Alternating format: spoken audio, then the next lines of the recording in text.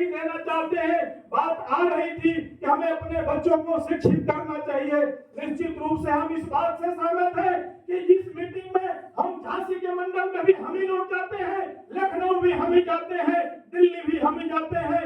हमें जो नई जनरेशन है, हमें नई जनरेशन को तैयार करना है, उन जनरेशन को बताना है संतों गुरुओं महापुरुषों का त्याग, हमें उन संघर्ष, मान्या बहन जी का बलिदान, मान्यवर कांसी राम साहब का त्याग हमें जरूर बताना होगा।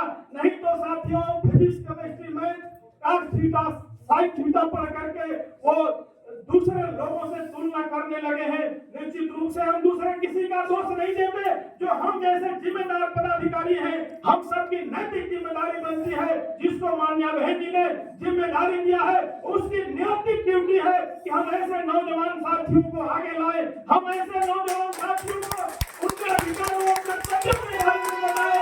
नहीं तो वो लोग जो किताब की कुंजी लेके घूम रहे हैं, जो संविधान की तथाकथित रूप से वो संविधान हम कतई नहीं मान सकते। जिस संविधान की किताब पर डॉक्टर अम्बेडकर की फोटो ना हो, हम उस किताब को कतई संविधान नहीं मान सकते। जिस संविधान की किताब पर पार्लियामेंट की फोटो नहीं हो, लेकिन है नौजवान साथियों, कुछ दो लड़कों ने किताब लेकर के डॉक्टर अम्बेडकर का संविधान बता करके बचाने की मुहिम छेड़ करके जो हम भोले भाले नौजवान साथियों को गुमराह करने का काम किया, उन नौजवान साथियों को हम जरूर बताना चाहते हैं कि आपको दोस्त और दुश्मन में फर्क करनी होगी, असली और नकली में फर्क करना होगा और एकजुट होकर के बहुजन समाज पार्टी की ताकत को बढ़ाना होगा। मान्या बहन जी के चुनाव निशान हासिल के सामने वाला बटन दबाना होगा, चाहे जो भी परिस्थिति हो, चाहे जो भी मजबूरी हो, चाहे जितने अपमान झेलने पड़े, चाहे जितने तिरस्कार झेलने पड़े, हमें एकजुट होकर के मान्या बहन जी के हाथों को मजबूत करना होगा। निश्चित रूप से साथियों, पिछड़े समाज के साथी बैठे हैं, अनुसूचित जाति जनजाति के साथी बैठे हैं, हम डॉक्टर भीमराव अम्बेडकर का महापरिनिर्वाण दिवस मना रहे हैं। आज हम उन बात को बताना चाहते हैं।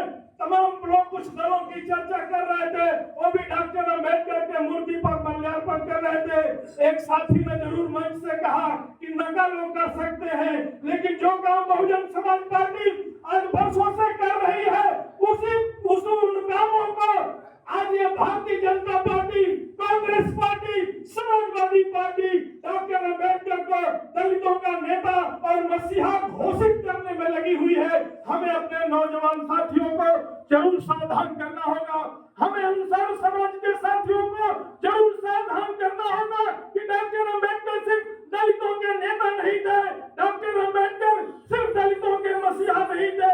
उन्होंने जो संविधान बनाया, समता, स्वतंत्रता, बंधुत्व, न्याय पर आधारित जो धर्मनिरपेक्ष संविधान बनाया है, वो सिर्फ दलितों के लिए नहीं है। धारा 340 में जो पिछड़े समाज के लोगों को अधिकार दिए, आपको मालूम है बातें लंबी हो जाएगी। डॉक्टर अम्बेडकर साइमन कमीशन के माध्यम से उन तमाम पिछड़ी जातियों जो समाज के मुख्य धारा में नहीं जुड़ पाई थी, जिनका सर्वांगीण विकास नहीं हो पाया था, ऐसे सभी जातियों को धारा 340 में जोड़ करके उनके मान सम्मान स्वाभिमान की रक्षा की नींव रखी थी। और सिर्फ दलितों के लिए नहीं था। डॉक्टर अम्बेडकर सिर्फ धारा 340 के बाद 341 का प्रावधान करते हैं, जिसमें अनुसूचित जाति की व्यवस्था होती है। साथियों, हम बताना चाहते हैं पिछड़े समाज के साथियों कि डॉक्टर अम्बेडकर पर जिस तरह से जानलेवा हमले हो रहे थे, कभी 340 लिखने के बाद 41 लिखने का अवसर नहीं मिलता, 42 लिखने का नहीं अवसर मिलता, तो आज देश की हालत क्या होती, आप कल्पना कर सकते हो।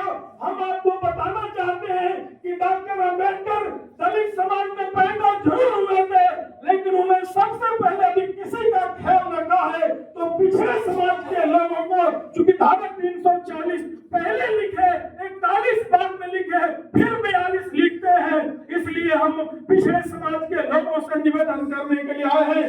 अभी 1952 में चर्चा हो रही थी कि 52 से लेकर के 72 तक कांग्रेस की सरकारें थी, संविधान संपूर्ण रूप से क्यों नहीं लागू हुआ। हम आपसे निवेदन करने के लिए आए हैं कि डॉक्टर भीमराव अम्बेडकर न सिर्फ इतना ही, बल्कि जो हिंदू कोड बिल